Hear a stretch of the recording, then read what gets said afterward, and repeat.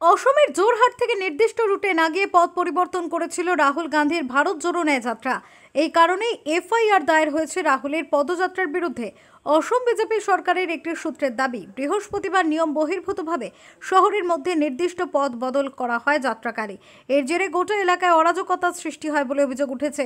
এরপরই পুলিশ স্বতঃপ্রণোদিত হয়ে রাহুলের যাত্রার বিরুদ্ধে অভিযোগ দায়ের করেছে। এফআইআরে উল্লেখ করা হয়েছে, হঠাৎ করে ভিন্ন রুটে পদযাত্রা এগিয়ে নিয়ে যাওয়ার কারণে জোরহাটের সাধারণ মানুষেরা অসুবিধার মধ্যে পড়েন।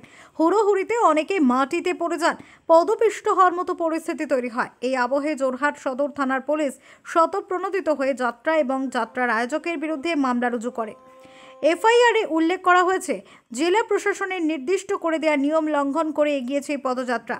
সড়ক সুরক্ষার তোয়াক্কা করা হয়নি যাত্রার সময়, এমনকি কর্তব্যরত পুলিশ আধিকারিকদের শারীরিকভাবে হেনস্থা করারও অভিযোগ উঠেছে কংগ্রেস কর্মী সমর্থকদের বিরুদ্ধে।